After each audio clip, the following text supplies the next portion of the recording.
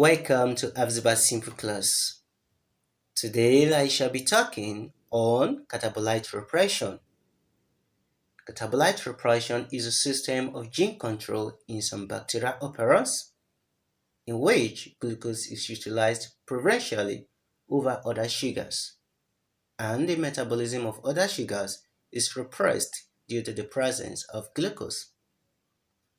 Catabolite repression was formerly referred to as glucose effect because it was originally discovered that glucose repressed the synthesis of some indisible enzymes, even in the presence of an indicer. Now, let's see what catabolite repression in lactose operant is. In the presence of both glucose and lactose, glucose is usually utilized and metabolized preferentially over other sugars by the enteric bacterial cells. However, during the glucose utilization, the lactose present is not utilized. Thus, the three structural genes on lactose operant are not transcribed. Lactose digestible enzymes are not synthesized, and therefore the cells are unable to transport and catabolize lactose.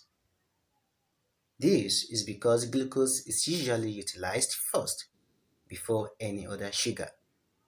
And until the glucose is completely exhausted, that lactose is utilized or that enzymes responsible for lactose transport and catabolism are synthesized.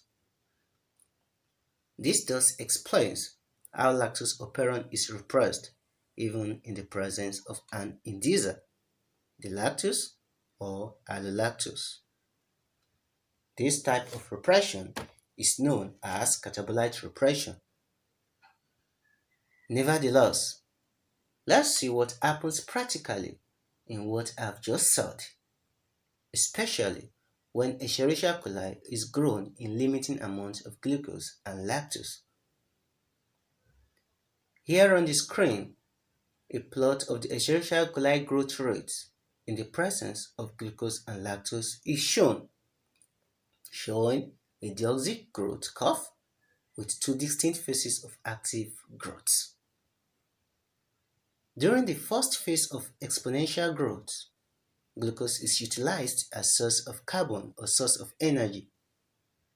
When all the glucose is completely exhausted, then after the secondary lag phase, lactose is then utilized as shown in the second log phase.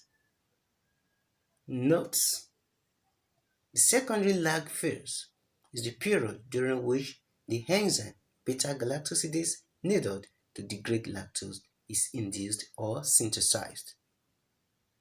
Here I come to the end of this class.